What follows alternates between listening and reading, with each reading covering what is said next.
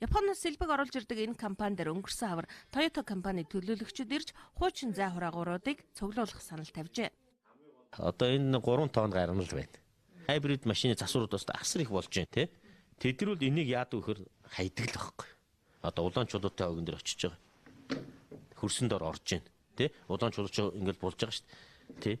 Энэ үеийг одоо дахин боловсруулах манай Монголд байгаа хаяг тоог авж байгаа улсууд хүртэл энийг үл нэг тоож авахгүй байна.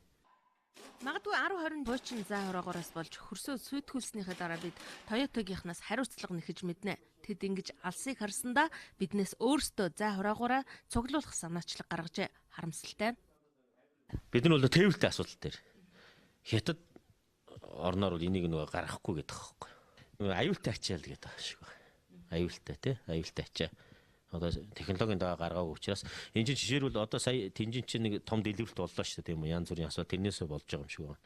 Ийхүү улс орнууд аюултай гэж үзэн хил давуулан тээвэрлэхийг хүртэл хориглож байгаа нь уг зай хураагуур дотор агуулгадах кадми болбоотой гэж шинжлэх ухааны технологийн их сургуулийн профессор тайлбарллаа.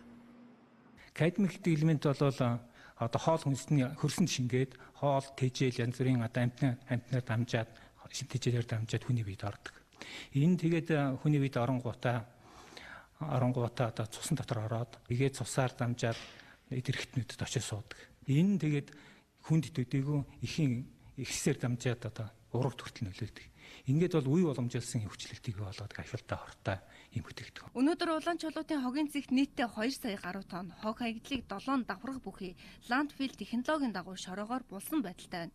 Өдийг хүртэл энд юу болгодож хин хизээ яаж охирохыг тооцоолсон судалгаа байхгүй. Гэхдээ нийслэлийн өндөрлөг газарт салхины дээр байрлаж байгаа гэдгийг хүн бүр мэднэ. Энэ сурвалжлагыг бэлтгэж явах явцад Хилсанбаатар хөдөлгөөн өрнүүлж эхэлснээ бидэнд мэдээлсэн юм. Тэгэхээр хогийн зэгд маань яг газар дээр нь ажиллаад үзэхээр яаж ярив гэхээр бүх имлэгийн хог, бүх барилгын хог энэ дээр шатаагдчих. Өөрөөр хэлбэл зүгээр нэг одоо мод цаас ихээс илүүтэйгээр химийн гаралтай бүх синтетик хогууд шатаагдж байгаа байхгүй.